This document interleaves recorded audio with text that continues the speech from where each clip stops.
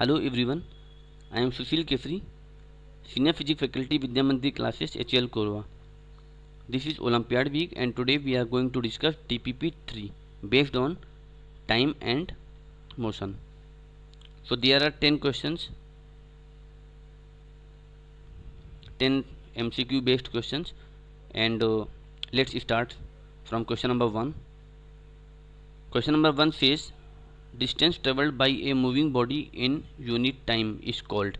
Option A is speed, option B is velocity, option C is displacement and option D is average speed. So यहाँ पे पूछा है कि unit time में जो डिस्टेंस ट्रेवल होगा उसको क्या बोलेंगे. So we know that speed equals to distance upon time interval. Here the time is 1, unit time है तो 1 सेकेंड हो गया. So speed will be distance. So the answer will be option A, that is speed. Now come to the question number 2. SI unit of time is, first is second, B is minute, C is hours and D is years. तो SI unit पूछा हुआ है time का.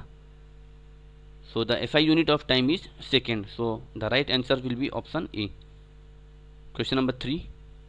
Displacement of a moving body can be 0, negative, positive and all of these. So we know that displacement of a moving body may be positive, may be negative and may be 0 also. So the most appropriate answer will be all of these. मतलब ये 0 भी हो सकता है, negative भी हो सकता है और पॉजिटिव भी हो सकता है. तो इस तरीके से इसका आंसर डी पार्ट होगा. Question number 4. Time taken by earth to complete one rotation about its axis is called. तो टाइम टेकन बाई अर्थ पूछा है, अपनी एक्सिस के चारों तरफ ये रोटेट कर रहा है तो उसमें कितना टाइम लगेगा, उसको बोलते हैं day. So the time taken by the earth to complete one rotation about its axis is called a day. So the right answer will be option A. Now come to the question number 5. A car covers 40 kilometre in first hour, 20 kilometre in next hours and 30 km in third hour. What is its average speed? Option A is 20 km per hour, option B is 30 km per hour, option C is 40 km per hour and option D is none of these. तो यहाँ पे average speed पूछा हुआ है and we know that average speed equals to total distance upon total time. तो first hour में 40 kilometre जा रहा है तो यहाँ पे डिस्टेंस निकाल लेते हैं. डिस्टेंस हो जाएगा 40 मल्टीप्लाइड बाई 1, तो ये 40 किलोमीटर हो गया. हाँ सॉरी 40 किलोमीटर है तो 40 किलोमीटर डिस्टेंस हमें गिवन है. नेक्स्ट 20 किलोमीटर, तो टोटल डिस्टेंस हो जाएगा 40 plus 20 plus 30 that is 100 kilometre, sorry 90 kilometre. And total time is 3 hour. 1 plus 1 plus 1 that is 3 our.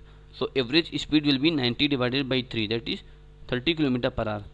So the right answer will be option B. Question number 6. Question number 6 is a second pendulum has a period of, option A is 1 second, 2 second, 1/2 second and not specified. So second pendulum का जो time period होता है वो 2 second होता है, इसी वजह से इसको हम सेकेंड पेंडुलम बोलते हैं. So the right answer will be option B, that is 2 second. Question number 7 is time taken by earth to complete one rotation about its axis is called a day. Question number 8. When a body covers equal displacement in equal interval of time, its motion is said to be. So when a body covers equal displacement in equal interval of time, तो equal interval of time में जो equal displacement cover कर रहा है तो इस type के motion को बोलते हैं हम uniform motion. So the right answer will be option B. Now come to the question number 5. Distance time graph of a body at rest is. तो एक बॉडी है वो रेस्ट पे है तो उसका डिस्टेंस टाइम ग्राफ पूछा हुआ है. Because the body is at rest so its position with respect to time will not change. So the distance time graph will be parallel to the time axis, क्योंकि time increase करता जा रहा है और distance वही है, distance change नहीं हो रही है, डिस्टेंस रिमेन्स सेम.